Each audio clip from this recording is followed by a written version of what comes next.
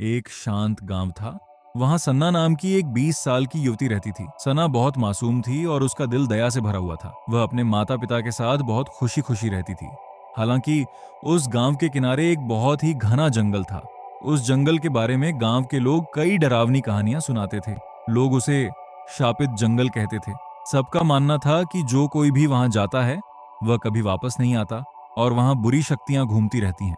लेकिन सना को बचपन से ही प्रकृति और जंगलों से बहुत प्यार था। गांव वाले उससे इतना क्यों डरते हैं, यह जानने की उत्सुकता उसके मन में दिन ब दिन बढ़ती गई। आखिरकार एक दिन किसी को बताए बिना वह सुबह सुबह कुछ खाना पानी और एक टॉर्च लेकर जंगल की ओर निकल पड़ी। जंगल के प्रवेश द्वार पर पहुंचते ही उसने एक गहरी सांस ली और अंदर कदम रखा।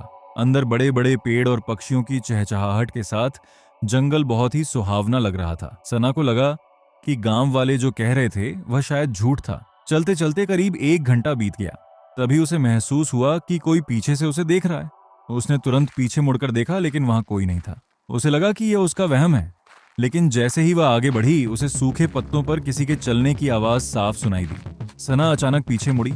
उसकी आंखों के सामने एक विशाल आकृति वाला 7 फीट ऊंचा एक भारी चिंपैंजी खड़ा था।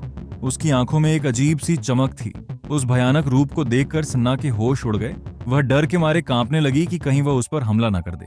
लेकिन आश्चर्य की बात यह थी कि उस जीव ने उसे कुछ नहीं किया। वह चुपचाप खड़ा होकर उसे ही देख रहा था। जब सन्ना ने धीरे से पीछे हटने की कोशिश की तो उसने अपने लंबे हाथों से रास्ता रोक दिया। सना समझ गई कि वो कुछ कहना चाहता है। तभी उस जीव ने सना को एक बड़ा पत्ता दिया। उस पर कुछ अजीब निशान और गुप्त संकेत बने हुए थे। उसने सना को अपने पीछे आने का इशारा किया। डर के बावजूद जिज्ञासावश सना उसके पीछे चल पड़ी। वह उसे एक पुरानी गुफा के पास ले गया और अंदर जाने को कहा। गुफा में सना को एक डायरी और एक चमकती हुई जादुई अंगूठी मिली। डायरी पढ़ने के बाद सना को असलियत पता चली। वह जीव और कोई नहीं बल्कि उस राज्य का राजकुमार विक्रम था। एक श्राप के कारण वह ऐसा बन गया था। डायरी में लिखा था कि एक निस्वार्थ मन वाला व्यक्ति जब अपनी सबसे प्रिय वस्तु का त्याग करेगा तभी उसे मुक्ति मिलेगी। सना ने उस जीव की ओर देखा। उसकी आंखों की बेबसी ने सना का दिल पिघला दिया। फिर वह जीव उसे जंगल के बीच एक जादुई झील के पास ले गया।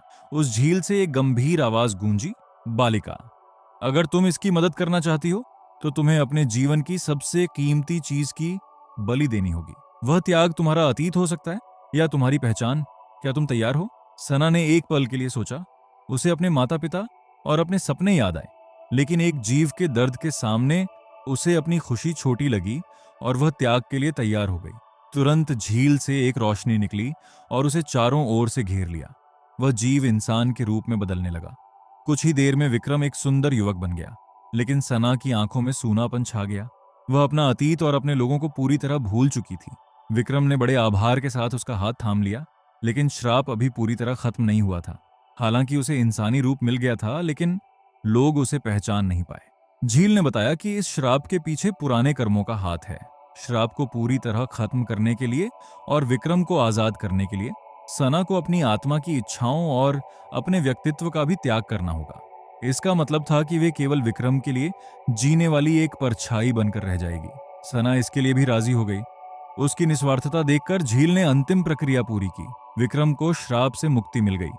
लेकिन उस श्राप की आखिरी शर्त यह थी कि वह सना को भूल जाए। जादुई औषधि पीते ही विक्रम सना की मदद और वह कौन है सब कुछ भूल गया। वह एक साधारण इंसान की तरह अपने रास्ते चला गया। सना उसी जंगल में एक रहस्यमयी शक्ति बनकर रह गई। दुनिया की नजरों से ओझल होकर दूसरों की मदद करने वाली एक अदृश्य परछाई के रूप में उसकी कहानी उसी जंगल में खत्म हो गई।